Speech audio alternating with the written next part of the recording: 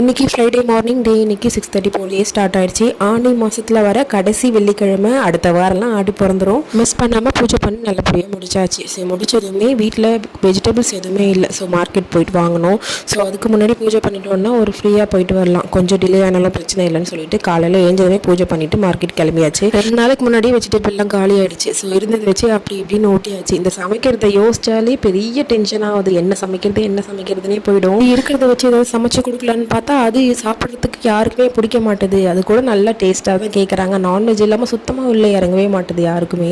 Non veg எதுவும் இல்லைன்ற பட்சத்தில் எக்காவது இருந்தே ஆகணும். அது இல்லைன்னா சுத்தமாக சாப்பாடுல கையவே வைக்க மாட்டாங்க 2 பேருமே. நானும் தான் கூட. என்ன பண்ணுறது, அப்படியே வளர்த்துட்டாங்க. அதை மாற்றிக்கணும்னு நினைக்கிறேன். நல்ல வெயிலில் கிளம்பிட்டேன் போல் மார்க்கெட் உள்ள வெஜிடபிள் வாங்கிட்டு நிற்கவே முடியல. சரி வாங்கிட்டு அங்கே பக்கத்துலேயே நாங்கள் எப்பயுமே மார்க்கெட் போனோம்னா சர்பத் கடையில் ஒரு சர்பத் குடிப்போம். அங்கே எல்லாம் வெரைட்டி ஆஃப் சர்பத்தும் இருக்கும்.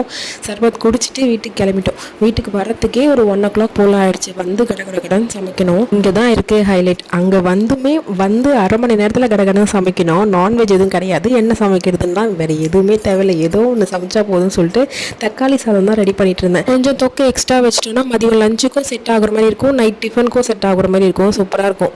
தக்காளி அதிகமாக போட்டு செய்யும்போது கொஞ்சம் புளிப்பாக டேஸ்ட்டாக நல்லாயிருக்கும்.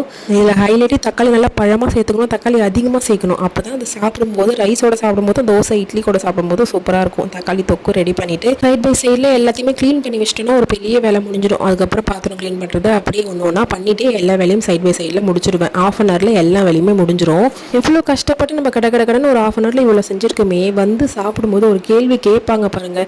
நீ இன்னும் தக்காளி சாதம் தான் செஞ்சுருக்க, அதுக்கே இவ்வளோ ஓவராக பண்ணுறது. இந்த 1/2 மணி நேரம் அடுப்பாண்ட வேவுறது தான் பெரிய விஷயம். இந்த மாதிரிலாம் உங்கள் வீட்டில் யாராவது கேட்பாங்களேன்னு கமெண்ட் பாக்ஸில் கமெண்ட் பண்ணுங்கள். எல்லா வேலையும் முடிச்சுட்டு கையோட ஃப்ரிட்ஜில் எல்லா வெஜிடபிள்ஸையும் ஸ்டோர் பண்ணி வச்சுட்டோன்னா ஒரு பெரிய வேலை முடிஞ்சிடும். அதுக்கப்புறம் ஃப்ரீயாக உட்காரலாம், எந்த வேலையும் இருக்காது. ஸோ அதுக்கப்புறம் லஞ்சுமே பாப்பா கூட்டி விட்டுட்டு டெய்லி ஃபுல்லாக இப்படியே போயிடும். வீடியோ பிடிச்சிருந்தா லைக் பண்ணுங்கள், சேனலை மறக்காமல் சப்ஸ்கிரைப் பண்ணி வச்சுக்கோங்க. அப்போ தான் அடுத்தடுத்த வீடியோ போடும்போது உங்களுக்கு நோட்டிஃபிகேஷன் வரும்.